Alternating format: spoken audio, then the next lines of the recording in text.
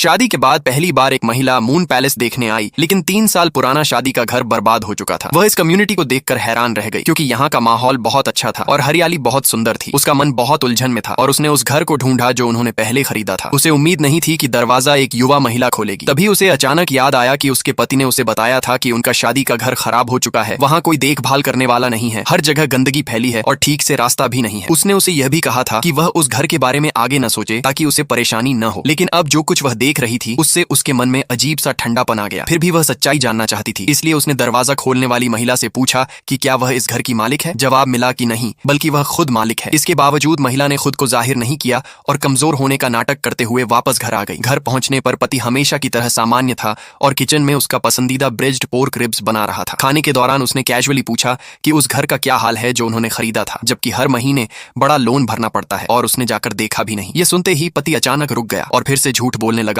कि वहां गड्ढे हैं, हर जगह कीचड़ और रेत है और कुछ भी अच्छा नहीं है। उसे यह नहीं पता था कि उसकी पत्नी खुद वहां जाकर देख चुकी थी और वहां सब कुछ बहुत सुंदर था। फिर भी पत्नी ने शांत रहने का नाटक किया और कहा कि जब घर पूरी तरह तैयार हो जाएगा तो वह उसे वहां लेकर जाएगा। यह कहकर उसने उसे उसका पसंदीदा चिकन सूप दिया। अगर उसने अपनी आंखों से यह सब नहीं देखा होता तो वह कभी विश्वास नहीं करती कि जो पति उसकी हर बात मानता था वही उसे धोखा दे चुका है। पक्के सबूत पाने के लिए महिला ने आधी रात को पति के सो जाने के बाद उसका मोबाइल चुपके से उठा लिया और फिंगरप्रिंट से खोल लिया। उसमें उसे ऐसे सबूत मिले जो उसके गलत रास्ते पर जाने को साबित करते थे। हालांकि वह बहुत गुस्से में थी, लेकिन उसने तुरंत हंगामा नहीं किया, बल्कि शांत रहकर सारे सबूत इकट्ठा कर लिए, उन्हें अपने पास भेज लिया और सारे निशान मिटा दिए। अगले दिन वह फिर से सोसाइटी ऑफिस गई, अपने शादी की फोटो और खरीद का कॉन्ट्रैक्ट लेकर। उसने पता किया कि घर कब हैंडओवर हुआ था और वहां कौन रह रहा है। उसे पता चला कि घर